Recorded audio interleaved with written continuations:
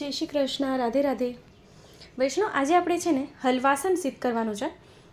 તો જેના માટે ઘઉંનો રવો લીધો છે. ઘઉંનો રવો કેવી રીતે બનાવાય? તે ઘઉંનો રવો, ઘઉં આપણે દળાવીને જાડા ઘઉંનો લોટ, એને ચાળી લેવાનું. એટલે એમાંથી જે કરકરો ભાગ નીકળે એ રવો જ હોય.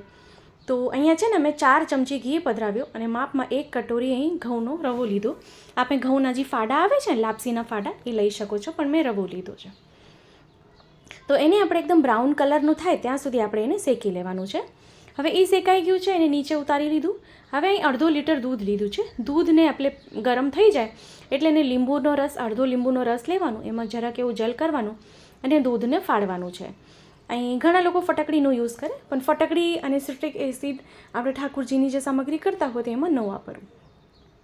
તો દૂધને ગેસ ઉપર જ રાખીને દૂધ ફાટી જાય ત્યાં સુધી આપણે એને ચલાવતા રહેવાનું છે. તો અહીં દૂધ સુંદર હવે ફાટી ગયું છે, આપ જોઈ શકો છો.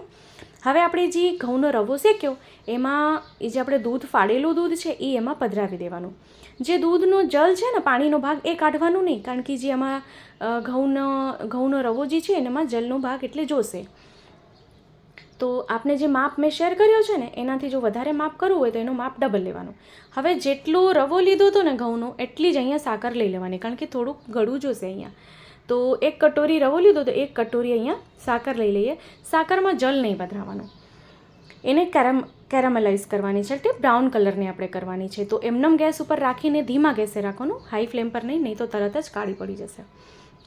તો ધીમા ગેસે આપણે એને ચમચેથી ચલાવતા રહીએ તો ધીરે ધીરે સાકર ઉગળવા મળશે. તો એનાથી જે હલવાસન આપણે સિદ્ધ કરતા હોય, આપણે ખબર હોય તો આપણે માળિયાની પ્રખ્યાત થાબડી આવે છે, એમાં બી આવી રીતે જ આનાથી જ કલર આવે છે. તો આવી રીતે ધીમા ગેસે આપણે એને ફેરવતા રહીએ તો ખાંડ ધીરે ધીરે ઓગળવા મળશે.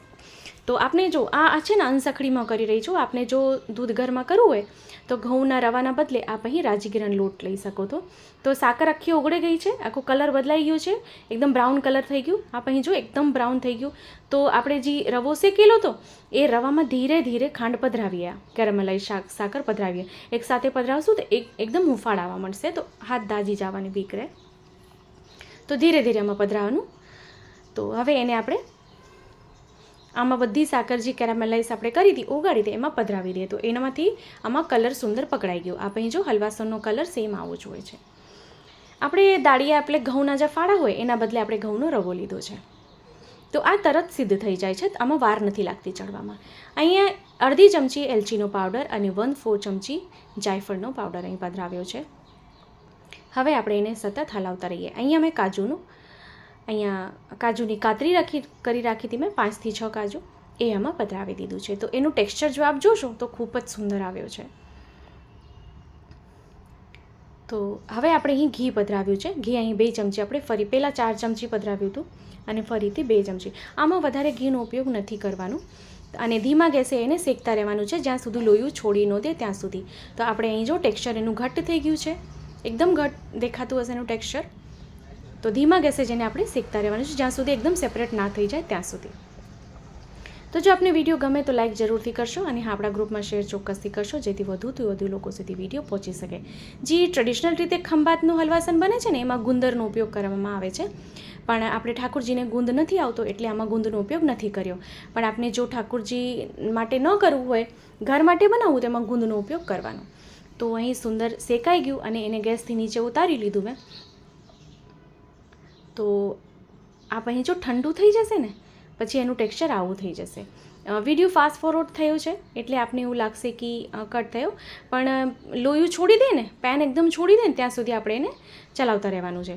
તો આપ એનું ટેક્સચર જો આવી રીતે જ ખંભાતનું જે હલવાસન હોય આવી રીતે જ એને ગોળો વાળીને હાથેથી અને હથેળીને વચ્ચે દબાવી દેવાનું હોય છે. પ્રોપર જો મિશ્રણ ઠંડુ થઈ જશે ને પછી આ જો એનું ટેક્સચર એકદમ સરસ આવી રીતે જ એનું ટેક્સચર થશે. પહેલાં આપને લાગશે ઢીલું છે, પણ નહીં, ઠંડુ થશે ને પછી સુંદર થઈ જશે. આપ અહીં જોઈ શકો છો. તો આવી રીતે જ આપણે નંગ એના વાળી લઈએ હલવાસનના.